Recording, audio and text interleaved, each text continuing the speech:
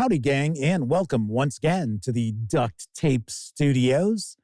I'm Jeff McAleer, your host here at the Gaming Gang channel. Thanks for joining me once again.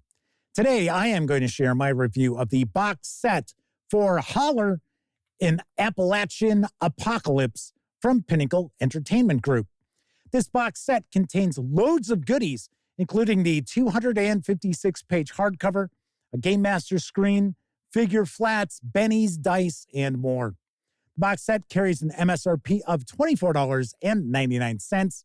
It is available now. You can grab just the hardcover itself, the supplement with PDF.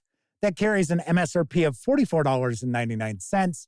Or if you want to just get the PDF alone, you can do so over at DriveThruRPG for $24.99.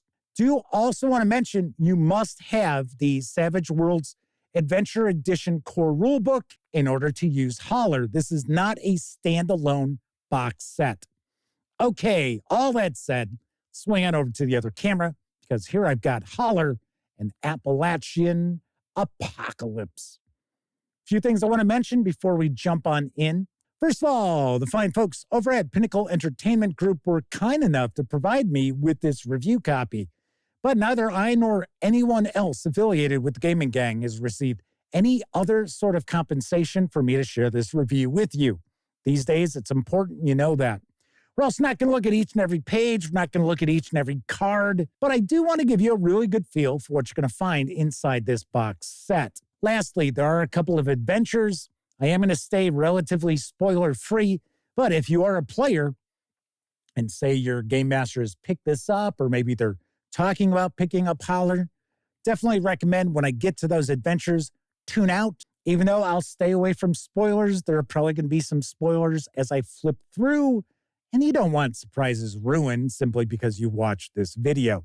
Now, of course, if your Game Master is considering picking up Holler, by all means, let them know about this video so they can approach this and make an informed buying decision. All right, so this is packed with goodies, as I mentioned. And let's take a peek at some of them. Should also point out, I did a fairly in-depth unboxing video. So if you want a closer look at a lot of this, by all means, check out that video. So we're going to have 25 bennies. Very nicely done, nice and weighty. Very similar to poker chips in that regard. So I like that quite a bit. We've got a set of dice. So you got your standard polyhedral dice as well as our wild die. I am not going to rehash the mechanics of Savage Worlds. I am going to have to assume that you're familiar with the game mechanics for Savage Worlds.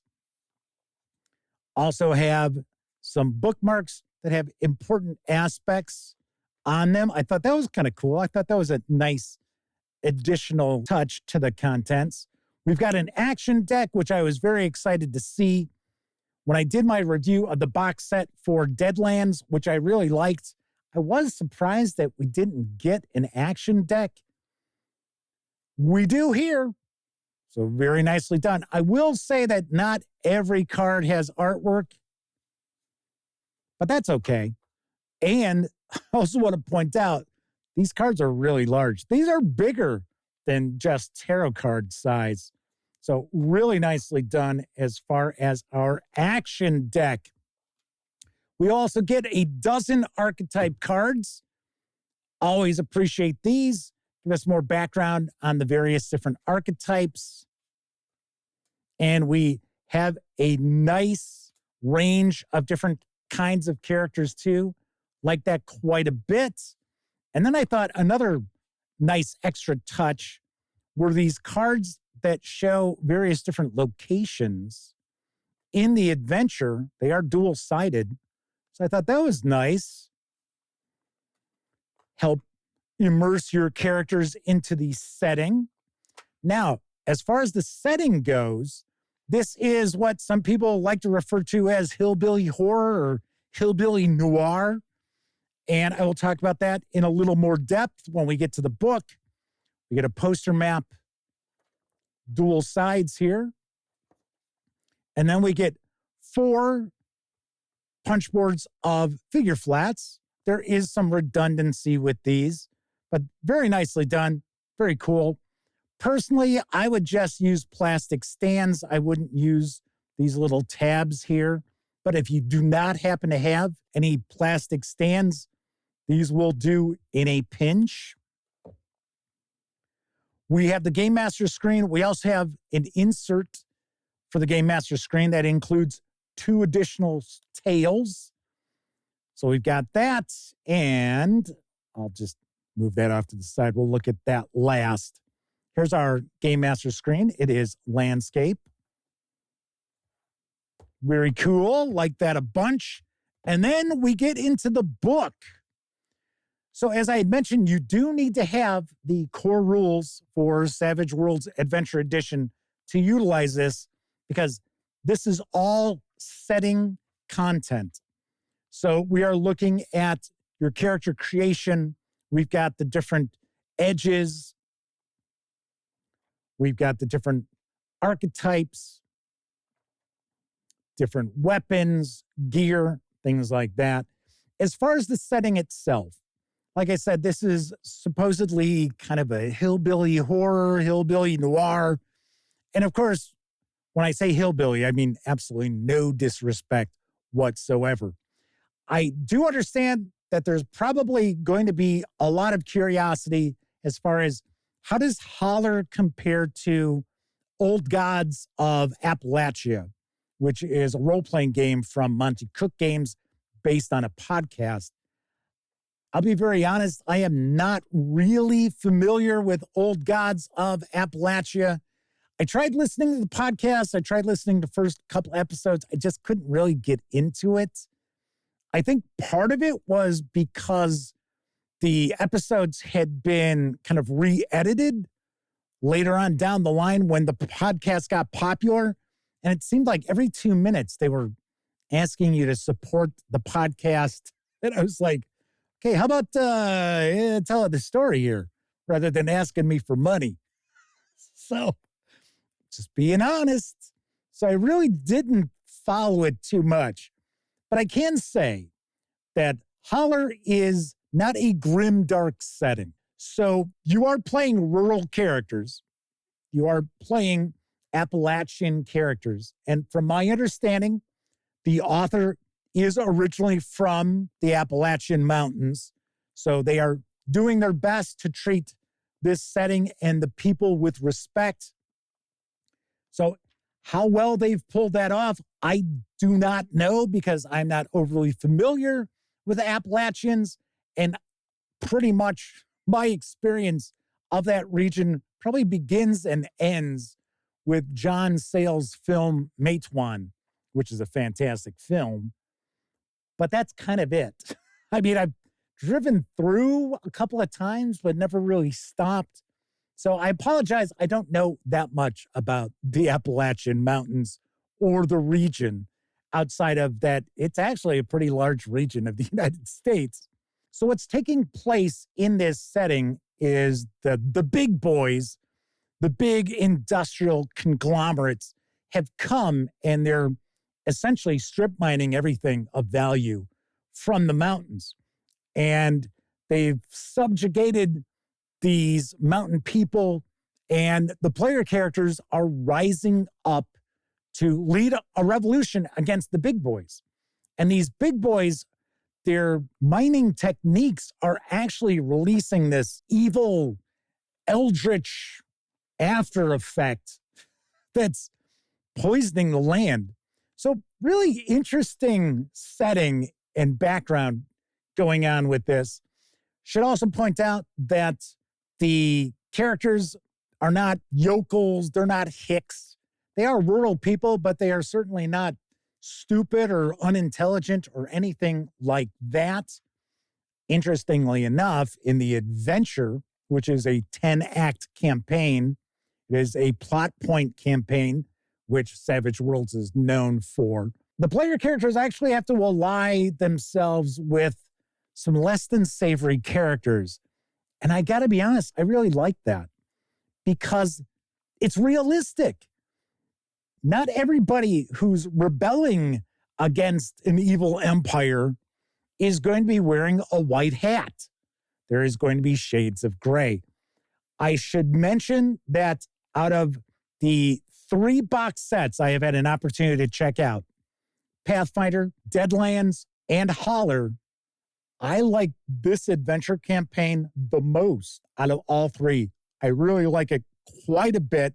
I think there's a lot of variety to what's going on with this. This is kind of an interesting mashup because it's a mashup of weird science and hillbilly noir and horror as well. So rural horror.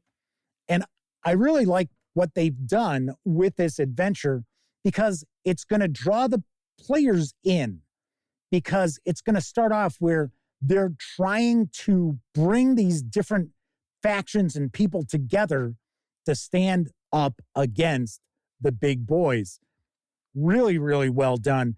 I think something else that really stands out about this compared to the plot point campaigns I've seen with Deadlands and Pathfinder, this is a new adventure. This adventure has been written for this source book.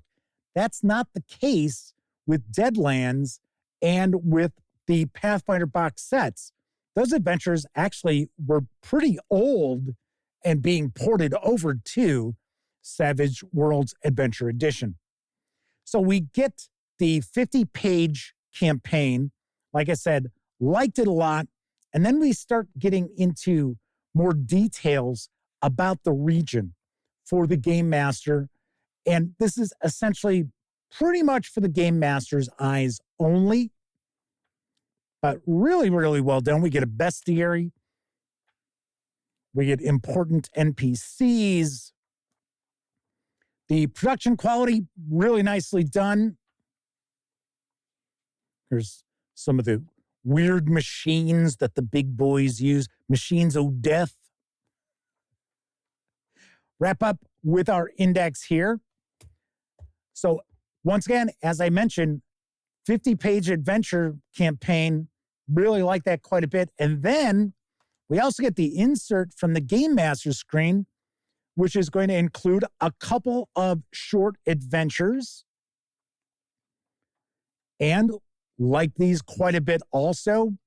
Once again, these are written specifically for this box set, or I should say specifically for the Game Master screen that's in the box set. But this is not an old adventure that's being ported over to Holler. Love that quite a bit. And the adventures are interesting. They really are. They're not just one note sort of hillbilly horror tales either. All right. So all of these goodies in this box set, this really stands out. Really, really does. Let's swing on over to the other camera because I'm going to share some final thoughts as well as my review score. As you can tell, I really like this a lot. I got to say that I think the box set is jam-packed with goodies. And the $124.99, that's a nice price for what you're getting because you're getting quite a lot. Getting the hardcover, getting the GM screen, you get the insert that comes with the GM screen that's got the 2 additional adventures. You got your dice, your big action deck, your bennies. So I got to say, price-wise, pretty well done. As far as the setting itself, I think it's unique. It's not just a play on all of the various different hillbilly horror that we're seeing come out. That genre tends to be kind of hot right now. I like the fact that it is a grim and dark setting, but it is not a grim, dark setting. There is hope. The player characters and the folks that are allying with them all really believe that they can make a difference and they can turn the tide against the big boys. And it is very possible that will happen.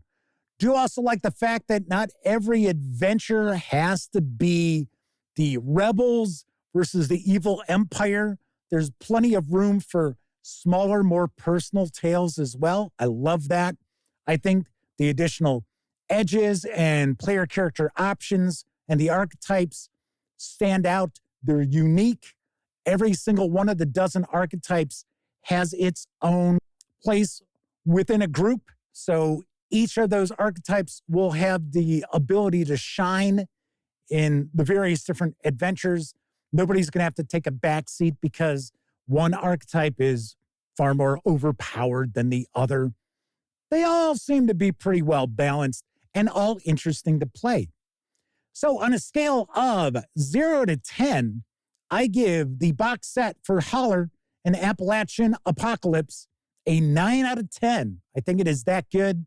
If you have any interest in it whatsoever, by all means, take a peek, because I think this is, in my opinion, the best box set I have seen so far from Pinnacle Entertainment Group. Now, granted, it's the third box set I've had a chance to see, but it is my favorite to this point. All right, that is it for this time out. If you like this video, by all means, please give it a quick thumbs up. Subscribe to the Gaming Gang channel if you haven't already. And if you do subscribe, don't forget, ring that bell.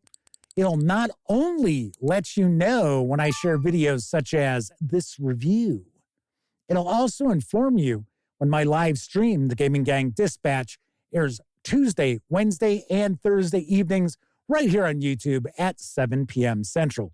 Of course, when you're not watching videos on the channel, be sure to visit thegaminggang.com for the latest in tabletop gaming news, reviews, and a whole lot more you are not going to find here on the YouTube channel. You know the drill. Get your geek on at thegaminggang.com. Once again, I'm Jeff McAleer. Thank you very much for watching. And until I see you next time, I certainly hope all of you enjoy plenty of great gaming with your gang.